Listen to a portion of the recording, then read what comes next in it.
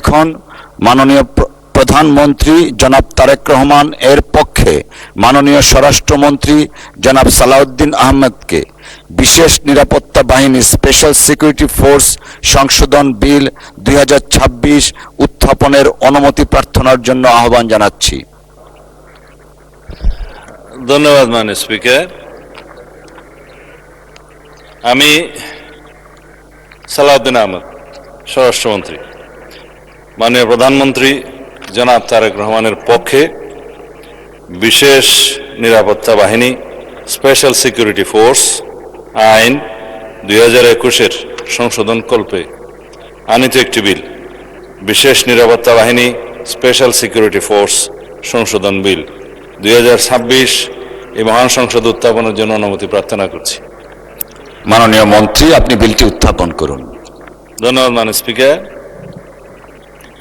আমি মাননীয় প্রধানমন্ত্রী জনাব তারেক রহমানের পক্ষে সালাউদ্দিন আহমেদ, স্বরাষ্ট্রমন্ত্রী,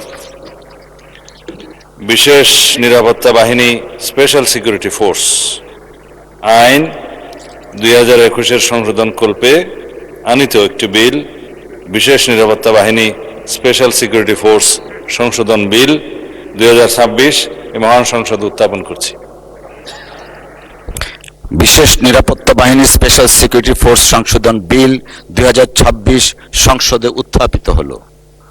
আমি এখন মাননীয় প্রধানমন্ত্রী জনাব তারেক রহমানের পক্ষে মাননীয় স্বরাষ্ট্রমন্ত্রী জনাব সালাউদ্দিন আহমদকে সংসদে উত্থাপিত আকারে বিশেষ নিরাপত্তা বাহিনী স্পেশাল সিকিউরিটি ফোর্স সংশোধন বিল 2026 অবিলম্বে বিবেচনার প্রস্তাব উত্থাপনের জন্য আহ্বান জানাচ্ছি।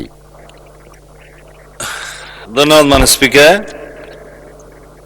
মাননীয় প্রধানমন্ত্রী জনাব তারেক রহমানের পক্ষে আমি সালাউদ্দিন আহমেদ, স্বরাষ্ট্রমন্ত্রী, প্রস্তাব করছি যে বিশেষ নিরাপত্তা বাহিনী স্পেশাল সিকিউরিটি ফোর্স আইন 2021 এর সংশোধন কল্পে আনিত বিলটি, বিশেষ নিরাপত্তা বাহিনী স্পেশাল সিকিউরিটি ফোর্স সংশোধন বিল 2026 অবিলম্বে বিবেচনার জন্য গ্রহণ করা হোক। ধন্যবাদ। সংসদের সামনে প্রশ্ন হচ্ছে, সংসদে উত্থাপিত আকারে বিশেষ নিরাপত্তা বাহিনী স্পেশাল সিকিউরিটি ফোর্স সংশোধন বিল 2026 অবিলম্বে বিবেচনার জন্য গ্রহণ করা হোক। যারা এই প্রস্তাবের পক্ষে আছেন তারা হাঁ বলুন, যারা এই প্রস্তাবের বিপক্ষে আছেন তারা না বলুন। আমার মনে হয় সর্বসম্মতিক্রমে হাঁ জয়যুক্ত হয়েছে, হাঁ জয়যুক্ত হয়েছে, হাঁ জয়যুক্ত হয়েছে। অতএব সংসদে উত্থাপিত আকারে বিশেষ নিরাপত্তা বাহিনী স্পেশাল সিকিউরিটি ফোর্স সংশোধন বিল 2026 অবিলম্বে বিবেচনার জন্য গৃহীত হলো।